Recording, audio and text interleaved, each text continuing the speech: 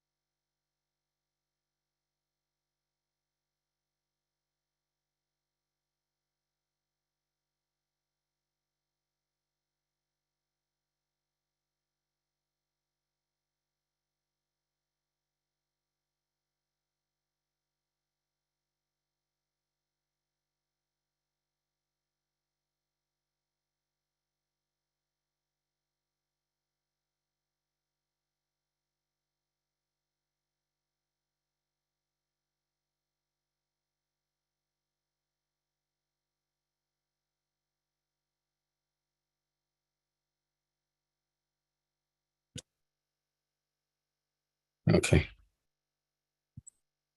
Hello, everyone, and Happy New Year again. I hope that 2023 is treating you well so far. So again, my name is Laibu Taki, and I'm the Director of Communication Outreach for Academia 2063.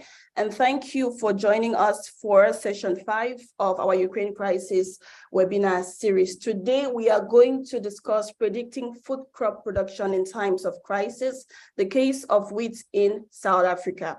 As always, we are providing simultaneous interpretation in English and French. Please click the globe icon on your screen should you need that function. And we are equally live streaming on YouTube. Please join the conversation in the chat. Tell us your name, tell us the institution you represent, and what you hope to see, your impressions about this session. And as always, please direct all your questions to the Q&A. Please direct all your questions to the Q&A. And if you wish to intervene during the Q&A segment of this session, kindly raise your hand and the moderator will give you the floor.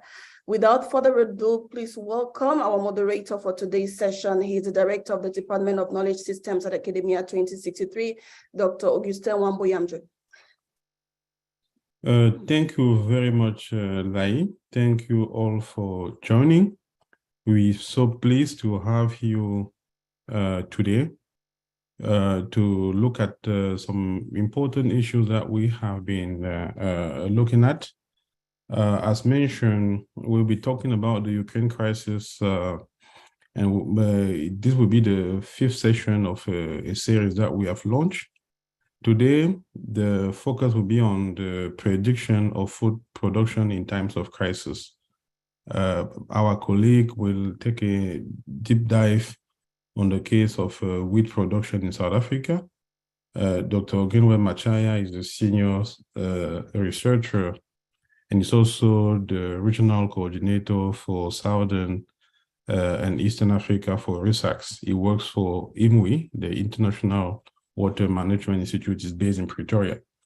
Dr. Machaya, please, you have 20 minutes to try and share with us the overview, the highlights of what the research is all about. Over to you. Thanks very much. Thank you very much, Dr. Augustine Wambo. And also thank you very much, Lai, for the introduction. Yes, so the topic of this presentation today is on the predicting food crop production in terms of crisis, the case of wheat in South Africa. This is based on a brief that is prepared by was prepared by Racine Lai, myself, and Kadim Dia. And I'm just presenting, and I think my colleagues would also come in as we present, as we go forward. So I'll quickly go through the presentation, but the outline is I'll have an introduction, objectives, methodology, the results, and the key messages. So as a point of departure, I mean, we are already talking about the Ukraine and Russia war. So we're saying that with the numerous challenges that are related to agricultural trade that most of the African countries face, it is critical that policymakers are aware of the potential food production disruption that might ensue from those disruptions. So estimating agricultural production with greater precision is something that policymakers should be looking for, and I think they look for that because it can aid for planning. And the Russia and Ukraine are also the key exporters of several commodities, and notably wheat, but also barley as well as maize. And they also participate strongly in inputs trade, like fertilizer. For as far as wheat trade is concerned, I think jointly Russia and Ukraine account for about 27% of global trade, and about 23% of barley trade and 14% of maize trade. So those are significant numbers.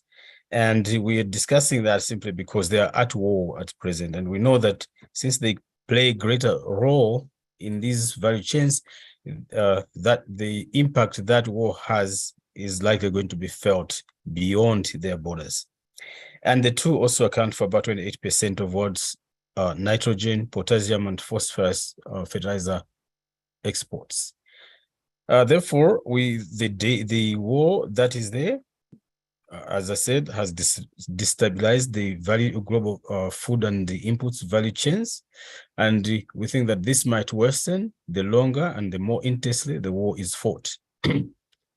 And as net importers of both fertilizer and some food products, including wheat, African countries are already experiencing a rise in prices of these commodities as well as their substitutes. Unfortunately, the fertilizer and wheat prices, as they increase, they negatively impact agricultural production, not only in the current period, but also most likely in the next period, unless some steps are taken to prevent that from happening. And many more households are likely going to suffer the consequences of that, unless better planning, better interventions are designed. So we're saying we're focusing on wheat for as far as South Africa is concerned, not because we have data for that, no, but it's simply because it is the second major important crop in South Africa. And it's also a crop that is directly impacted by the Russia-Ukraine kind of crisis. In South Africa, wheat is produced to the tune of 2 million metric tons annually. And they also import a further 1.7 million metric tons. Consumption is at around 3.6 million metric tons annually. And wheat alone accounts for about 10% of the total sales of food crops in South Africa, which translates to about 19 billion rands. So it's a significant crop, and it's worth our time to talk about it. Now, the importance of accurate and timely statistics and the role I want us to talk about the importance of timely statistics and the role of artificial intelligence as well as machine learning in the process. So under the conditions like we are in, where there is war in Europe and the global value chains are destabilized, impacts are being felt in Africa.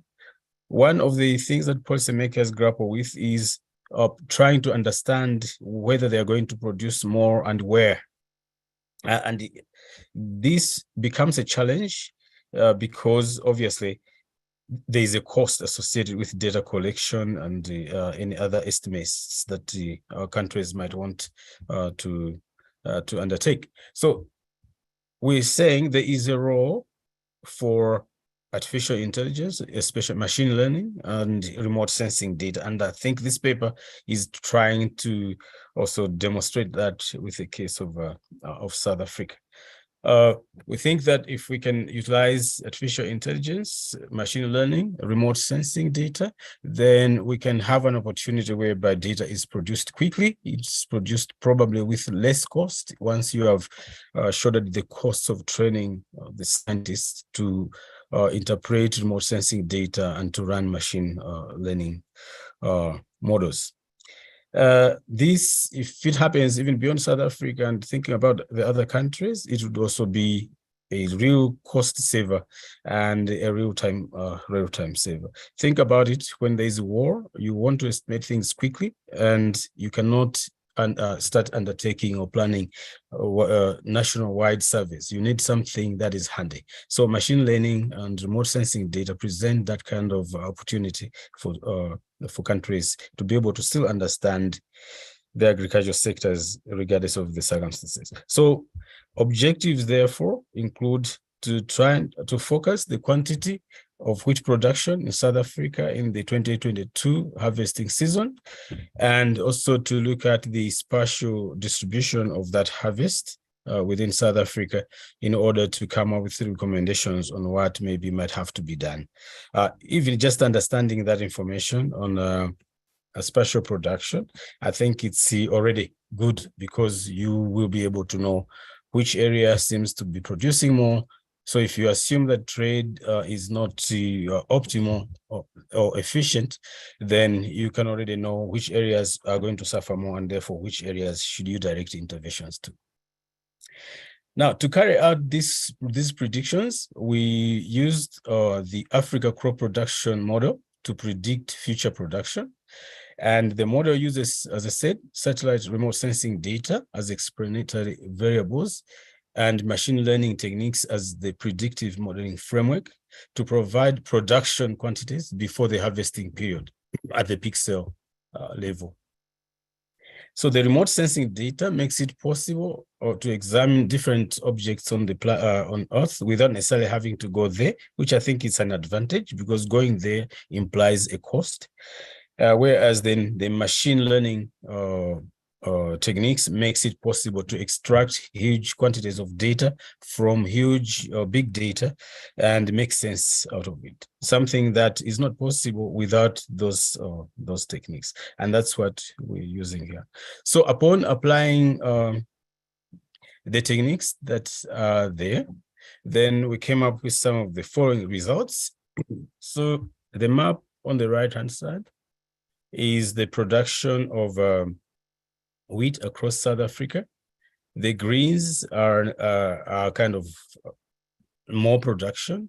The reds slightly less production. The whites either no data or low production. But in most cases, if this is Lesotho, but in South Africa, it means they don't produce much of wheat there.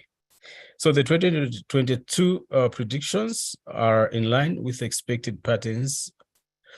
More production in Western Cape, as well as in Free State here. And in KZN production trails out of Western Cape and Free State. So this is KZN area.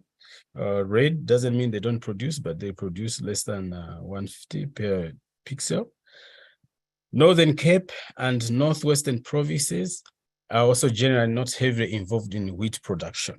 So already with these using remote sensing as well as artificial intelligence, sitting away from South Africa, then we're able to know and to know the spatial distribution of wheat in the country, and also look at the kind of the nature of harvest that they are going to likely have. So this was conducted long before the harvest of wheat, in South Africa.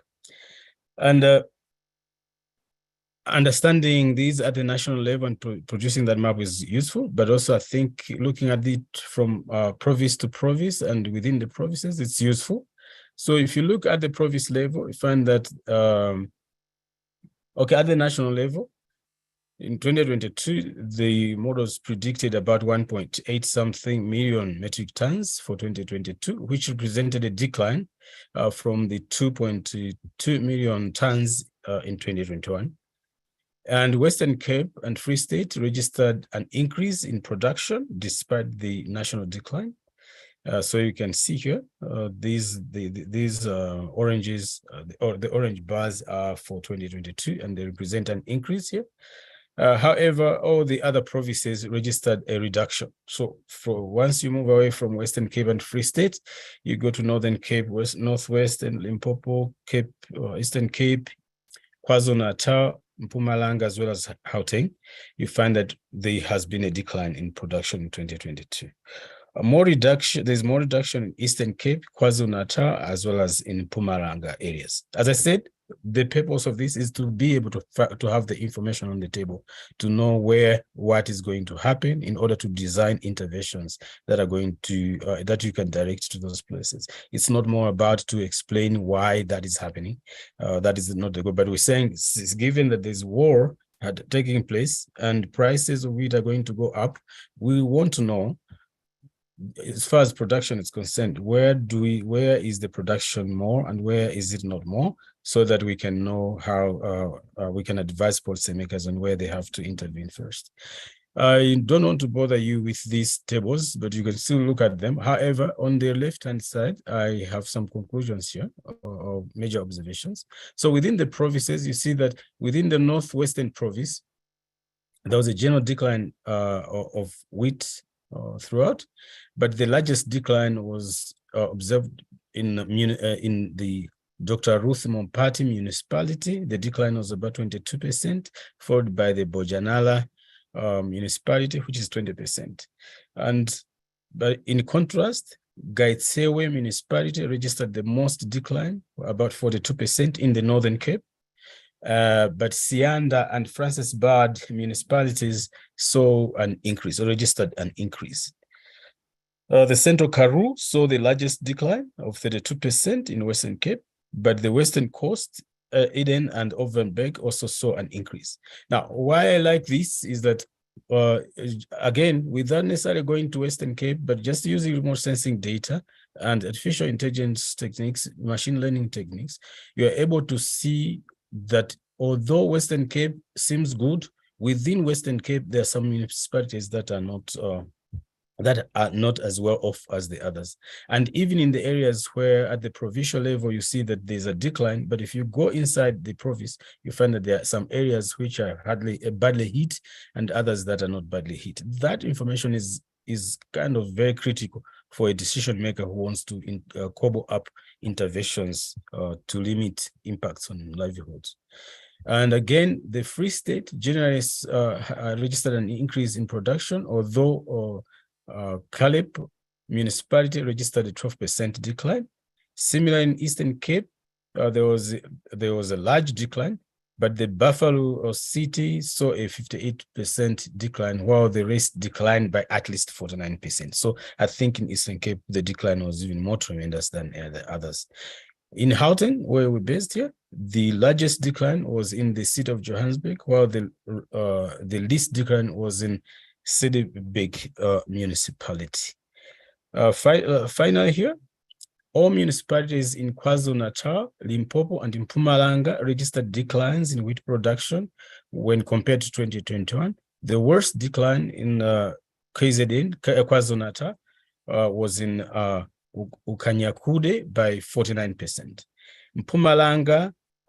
Mpumalanga's Elazeni municipality saw a decline of about 40%, and the Limpopo's Vembe saw a decline of about 31%.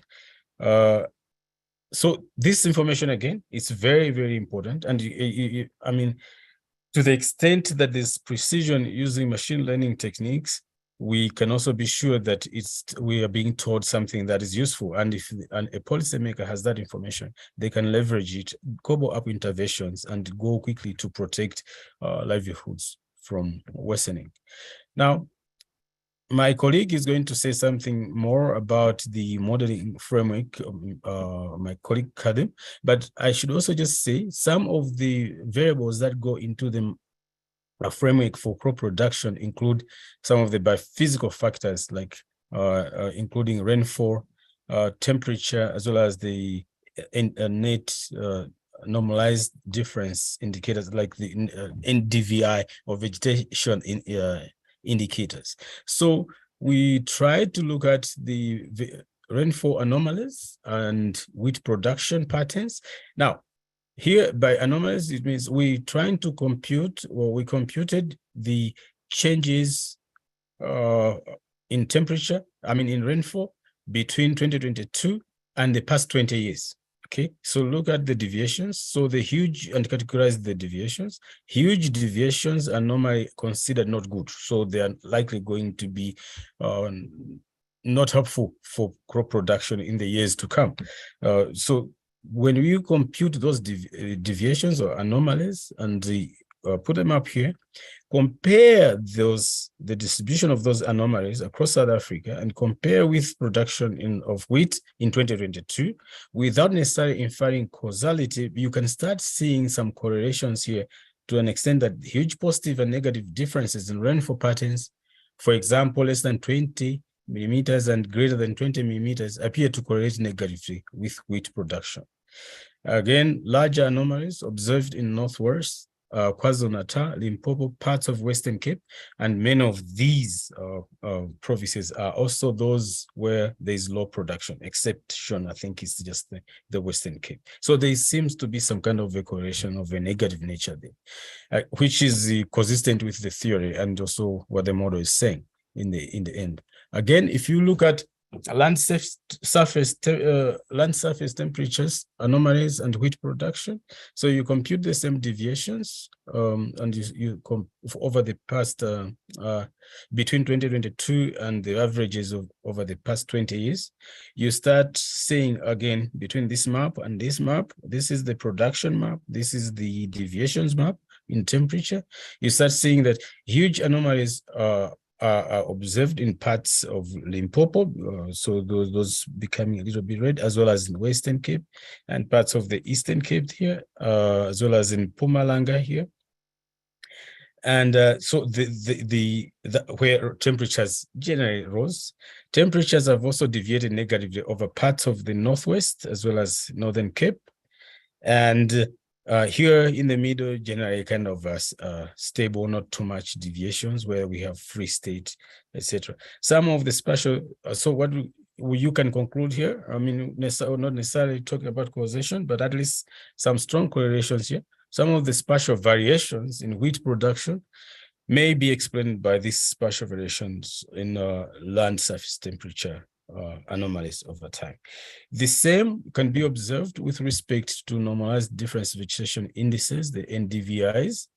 If you map these ones here and compare with the production of wheat on the right-hand side, you start seeing that modest changes in DVI appear to favor better wheat production, whereas the strong areas of the Northern Cape and the Northwest, so Northern Cape, as well as Northwest is here, and as well as the Northwest have larger NDVI and are also those where wheat production is weakest.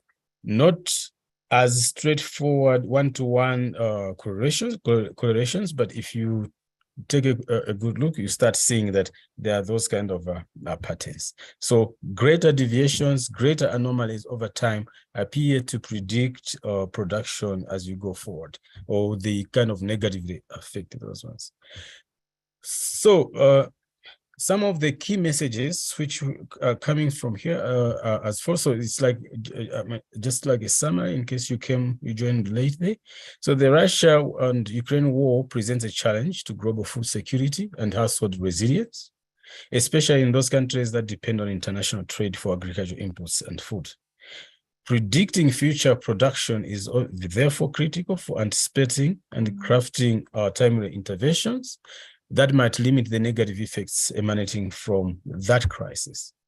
Remote sensing and artificial intelligence techniques, and more specifically machine learning, can play a key role in providing data needed for decision-making timeously. Using these techniques, in this case, it was possible to predict impending production of wheat in South Africa, and we were able to know in advance before harvest that there was going to be a decline. Not just qualitatively, but also we came up with figures there, quantitative figures. And equipped with such information, we believe that policymakers can leverage on it and develop mechanisms to increase consumer access to local production, especially in times of war. That can become extremely very important, which, if it happens, it can minimize the threat emanating from the disruption of global wheat supply chains for those households in areas of declining production. And what this think paper does is that what the analysis does is that it goes to the granular level to show where things are going to happen and how. And I think that information is very useful for covering interventions. This information can also motivate for an increase in planted area or expansion of planted area in the future. If, for example, you know in advance that you're not going to have enough harvest, you might now as well start thinking about how do you expand production going into the future, given that the war is making fertilizers expensive, etc. It may be useful to encourage farmers, for example, to expand areas planted to wheat in the next season to limit the extent of future global price increases on livelihoods. Good agricultural water management, again, because we're talking of water here, which seems to be also related to that. This implies that good agricultural water management can also, or at least has potential to boost production in production of wheat in water scarce parts of South Africa. And this, if it happened, it would dampen the negative relationship that exists between rainfall patterns or rainfall anomalies and the production, because irrigation is going to even that out. Another input affected by this war are inorganic fertilizers. So obviously, this is likely going to continue to be a limiting factor in wheat production, as well as production of other crops in the long run. I mean, in the short to medium term, as long as the war keeps being fought. And therefore, to develop food system resilience, it would be useful that, at least for the case of South Africa, they should take advantage of the liquidity, the fact that they can do research. At least it would be good to have research programs that target yield improvements, but based on maybe early maturing varieties, or at least based on varieties that are producing varieties that do not necessarily require a lot of fertilizer or a lot of water, because these are key ingredients in the production of wheat in South Africa. So targeting low fertilizer and water requirements in breeding will reduce the input costs in wheat production, while also increasing production productivity and probably profitability. So Lai, I think I might have rushed because I had the impression that I wasted time when there was a technical challenge. This is the end of my presentation. Over to you. Thank you very much, Greenwell, for Yeah, this. Augustine, not like, sorry, Augustine. Yeah. Thank you very much for this brilliant presentation. We are sorry for the technical glitches that we experienced at the beginning. Still, you managed to, even though you went beyond the allocated time, I think that was necessary for you to be able to share with us the key highlights and key findings from the research that the team has conducted.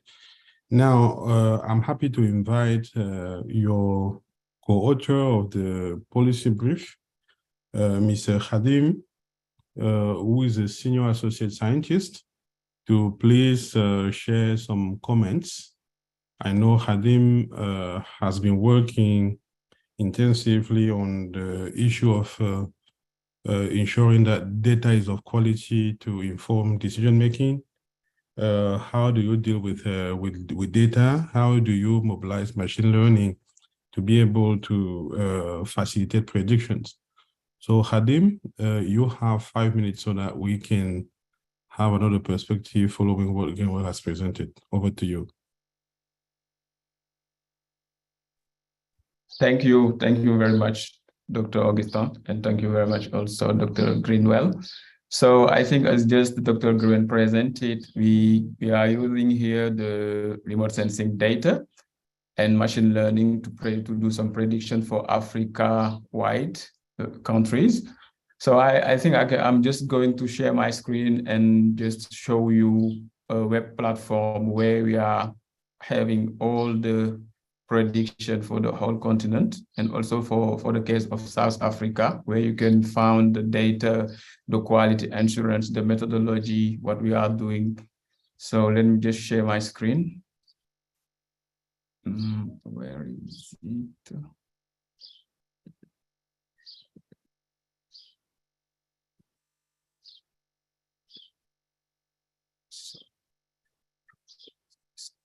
You can click on screen share or share screen. Yeah. Yeah.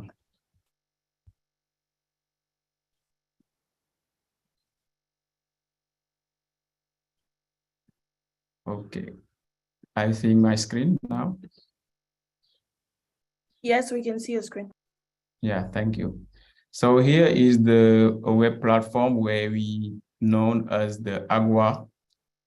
It's the Africa Agricultural Watch. So you can go there, and all the data we are presenting here is available on our website. So here is the link. AGWA, AAG, that we have prediction for 47 countries and 9 crops. And when you enter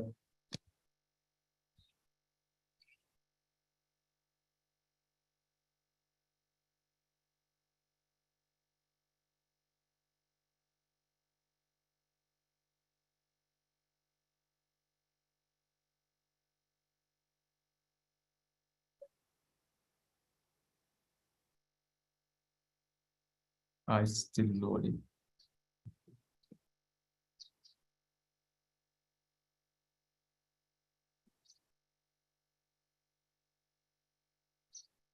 So I think my machine had a lot of things running, so that's why it's low.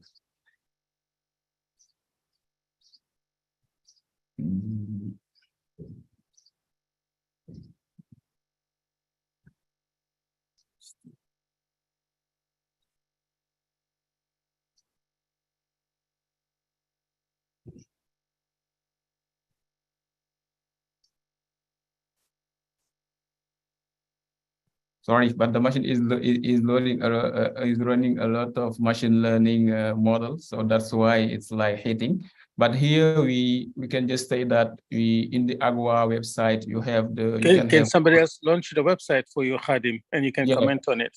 Yeah, please, Greenwell, if you can. Yeah.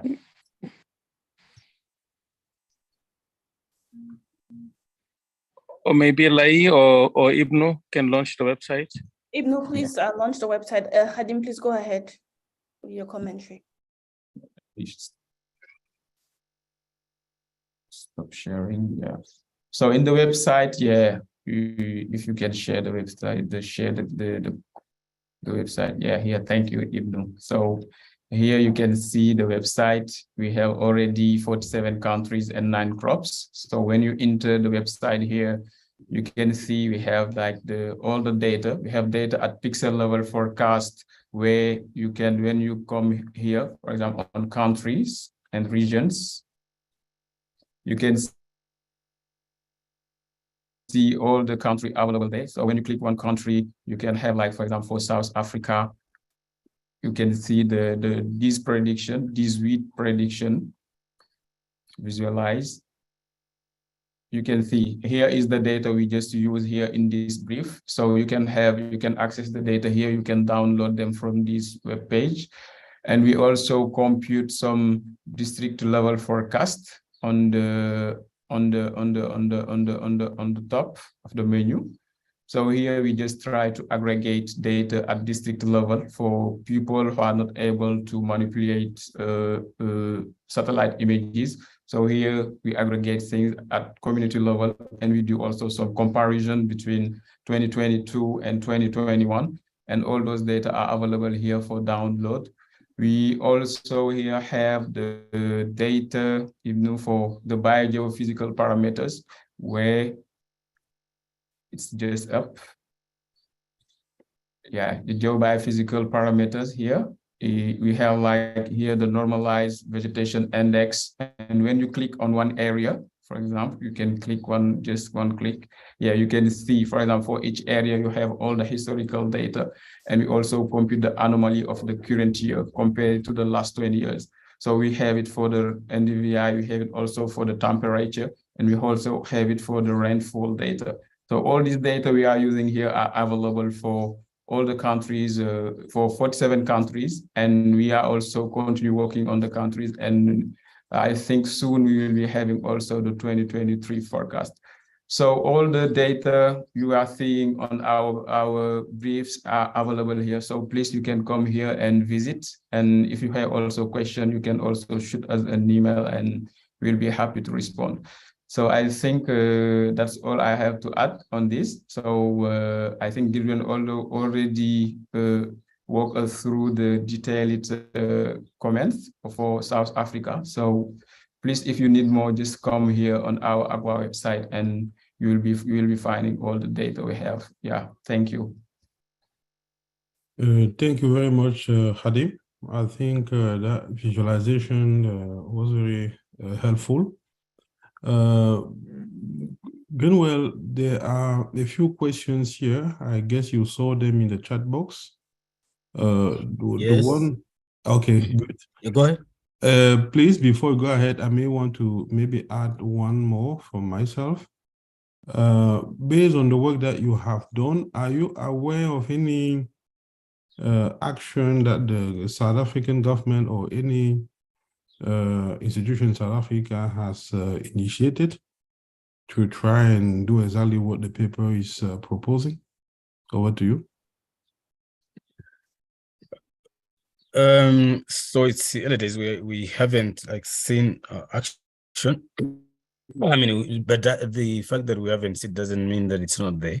We can always try to triangulate. However, it's now known that the production, at least in the newspapers, that the production is kind of lower in 2022, which also kind of confirms our predictions. So, which is a good thing, because we know that what we're doing seems to be, is good. In terms of what they need to do forward, I haven't seen much. Which would also imply that probably we need to. I was looking at the list of people attending, and I wanted to see if we have the directors from DAF. It would be good to have a conversation with them to see how they see these things going forward. So I was expecting to see Winston, but I don't think I've seen him here.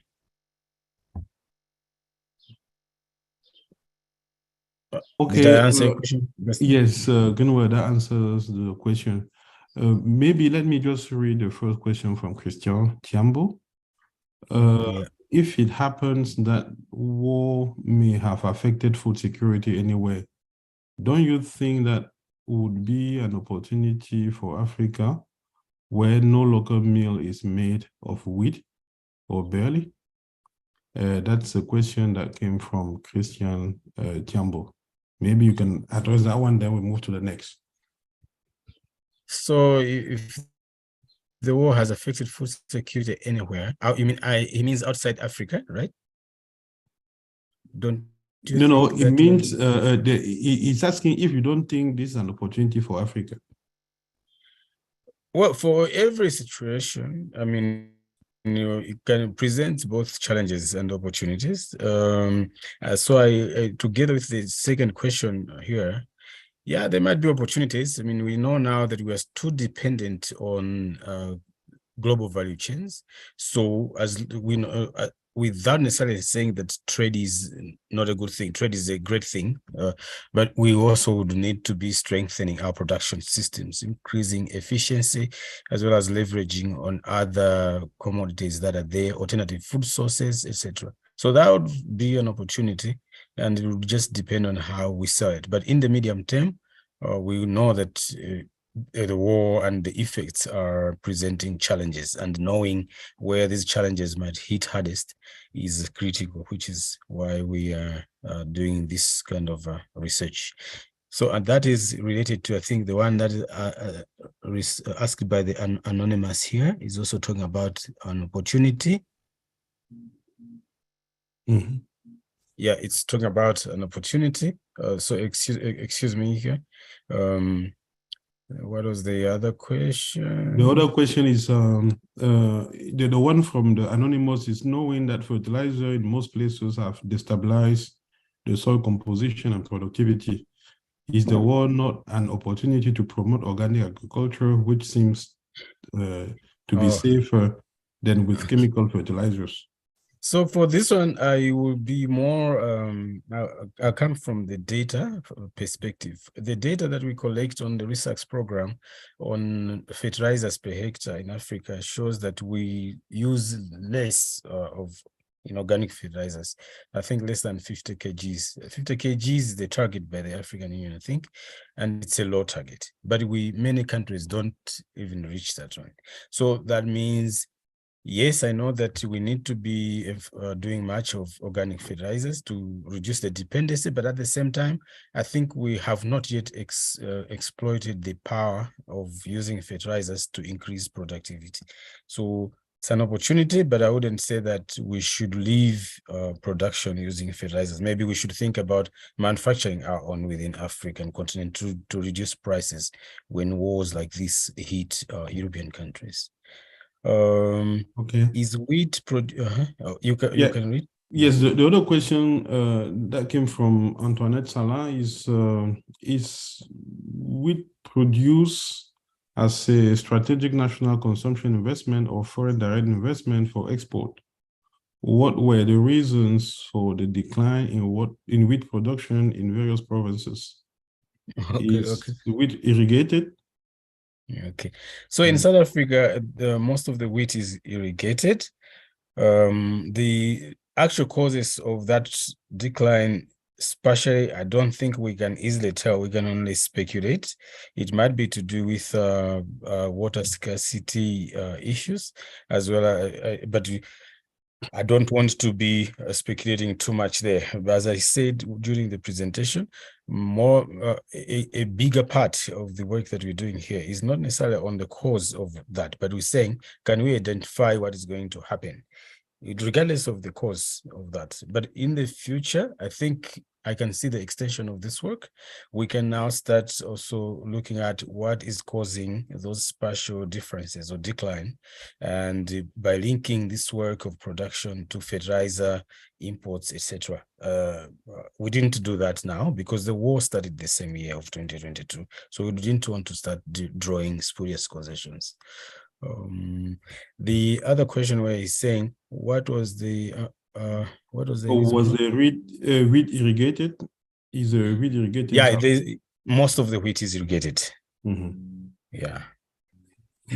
Thank you. I see that another anonymous attendee asked a question which you have already addressed. Maybe let me just read a question for the benefit of others who are attending. If the reduction of wheat production is correlated to the shift of farmers and consumers to traditional crop for their feeding in South Africa, is it not a good information for local decision makers? I see you If have that was the question, but you are still welcome to maybe expand on it.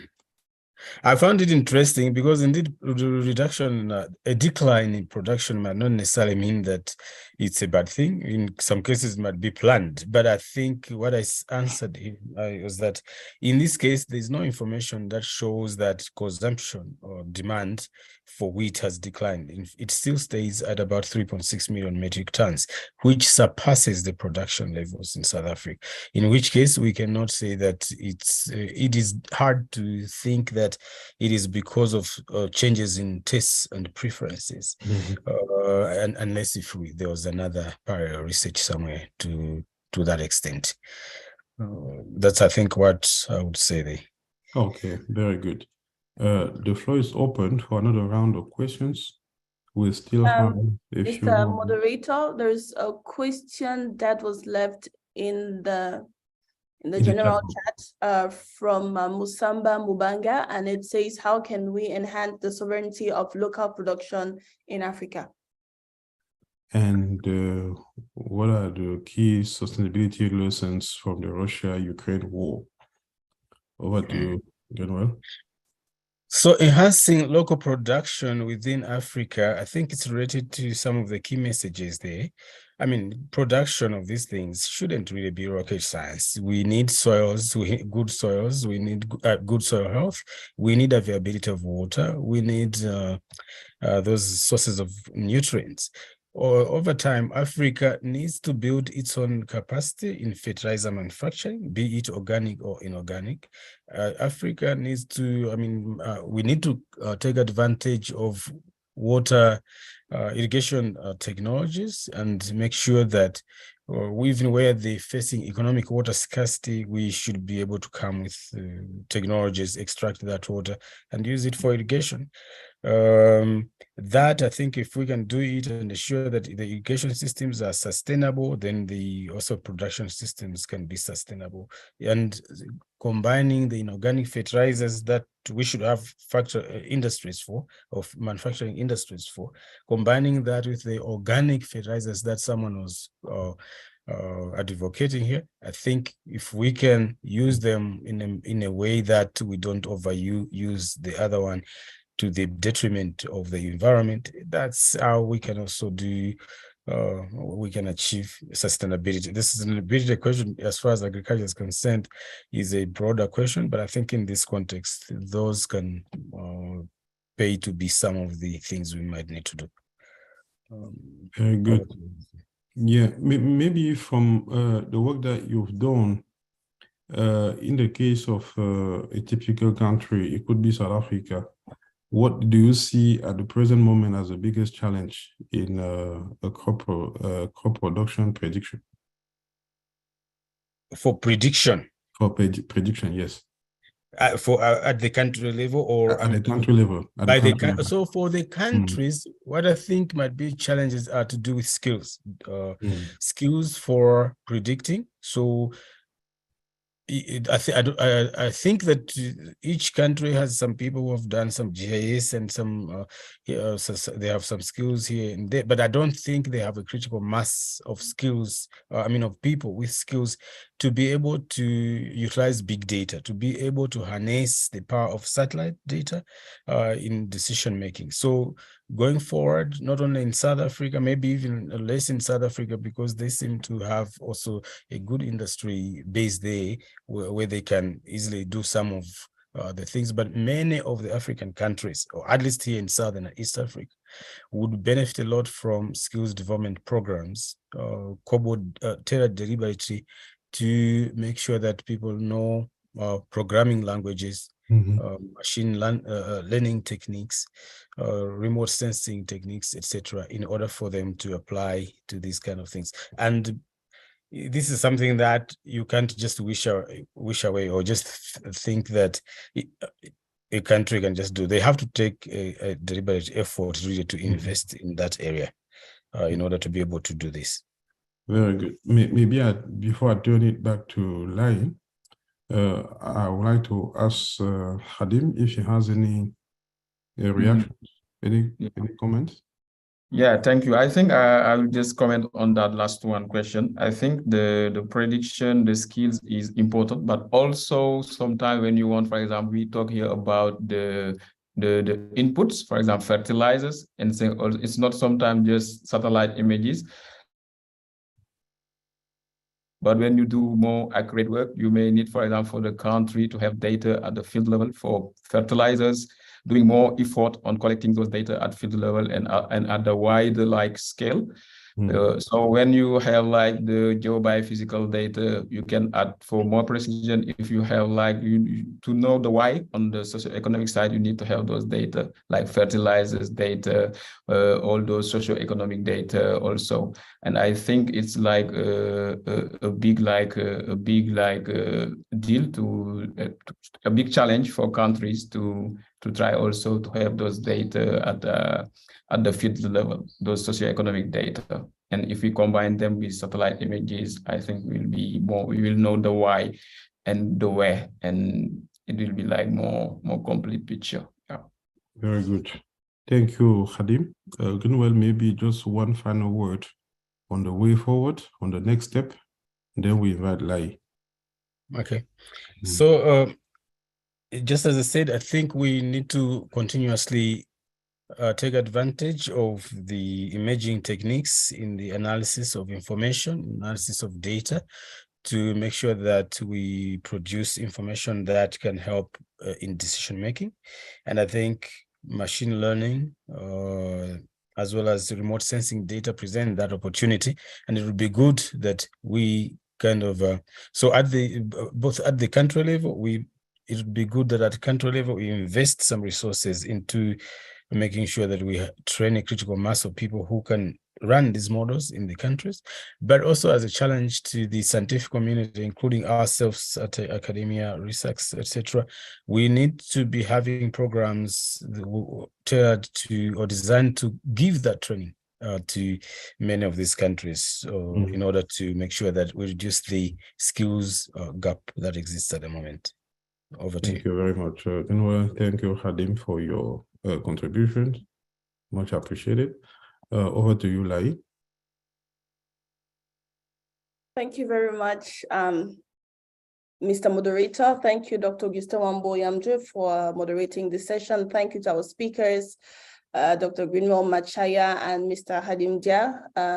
So again, this session was based on Brief 11, authored by Racine Lee, Greenwell Machaya, and Hadim Dia. So thank you for joining us today, and please click on the link in the chat. It will take you to our slide share where you will have access to the PowerPoints presented at all 5 sessions hosted so far. We have also shared a link to our Ukraine crisis portal where you can have a view of all the Ukraine briefs that have been published so far. Please join our mailing list to be able to receive notifications whenever we host such events and get an update on our knowledge products. I see that the questions are still coming into the Q&A. Mr. Moderator, I guess we're going to continue this conversation as we continue to hold these sessions on a weekly basis. Please join us same time next week for session 6. And we will discuss the Ukraine crisis in African economies, vegetable oils, market disruptions, income and food security effects. Thank you all for joining us, and I wish you an excellent rest of the week. Thank you. Bye. Thank you. Bye-bye. Bye-bye.